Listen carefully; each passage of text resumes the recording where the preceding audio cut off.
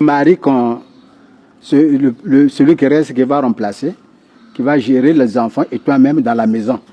Antoine? Oui, je suis là. Bon, voilà. Hein? À ton côté? Attends, alors. Donc voilà. Hein? Mais regarde bien celui qu'on te donne.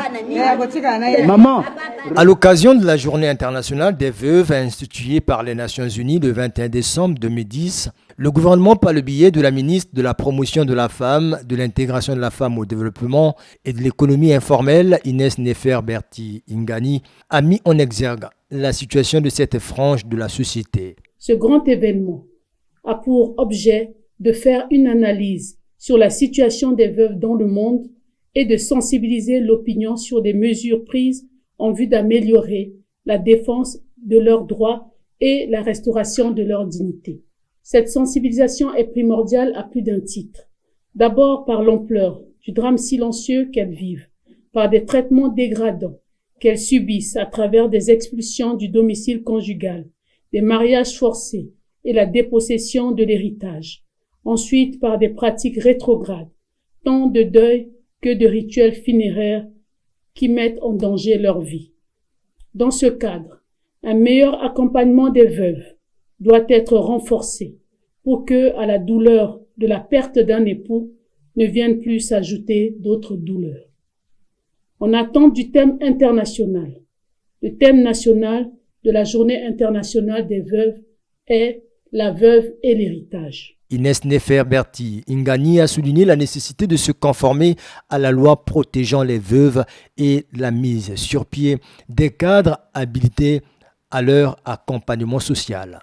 Pour ce qui est de notre pays, il s'agit d'accélérer l'amendement du Code de la famille, de mieux respecter les décisions de justice et de veiller à l'application de la loi Mwebara portant lutte contre les violences faites aux femmes en République du Congo, en passant par la mise en œuvre de l'article 30 qui stipule, je cite, « L'État doit favoriser la création d'espaces de conseil ainsi que de centres d'assistance clinique, psychologique, sociale et juridique chargés de prévenir les violences et de pourvoir à l'assistance aux victimes. » Fin de citation. Ce en vue de remédier aux difficultés liées au choc de veuvage, d'où l'attente en urgence de la création du centre Mwebara pour l'accueil et la réhabilitation des femmes et des filles victimes de violences. Elle a en outre épinglé l'arsenal juridique international de protection des veuves.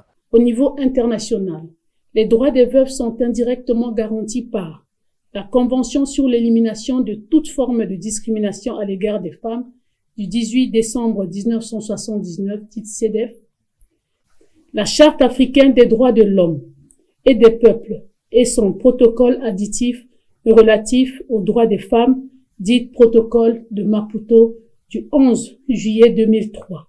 La déclaration des chefs d'État africains sur l'égalité entre les hommes et les femmes du 8 juillet 2004.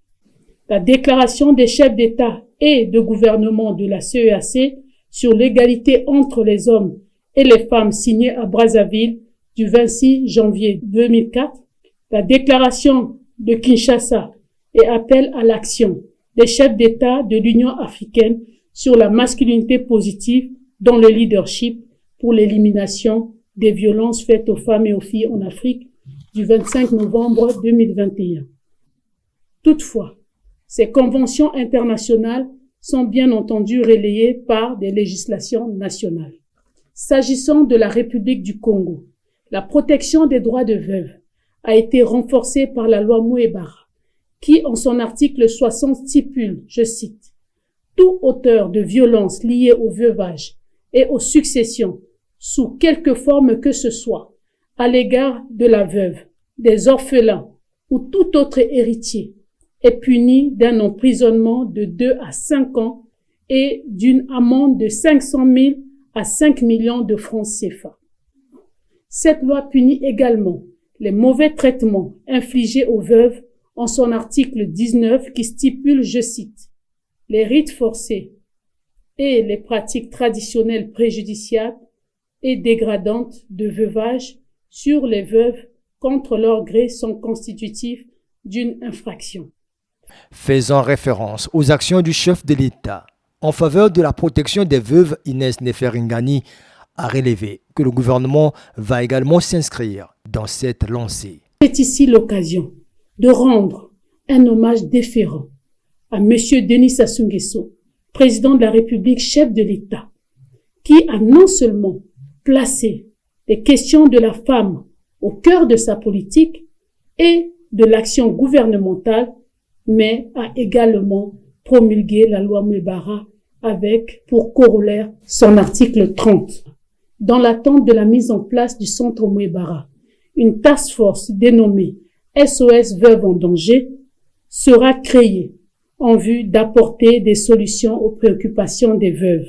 Cette année, de gré ou de force, le gouvernement passera à une vitesse supérieure pour faire appliquer les lois et règlements en vigueur en faveur des droits des veuves.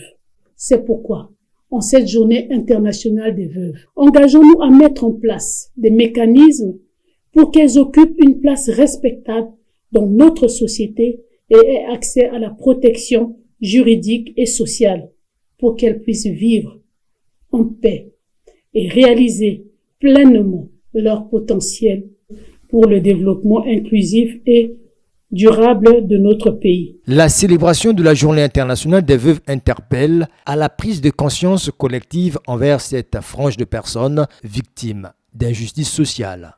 Mais c'est que le cola bobo nabino donc yo zakanano nabana allez hop donc comment me mango na justice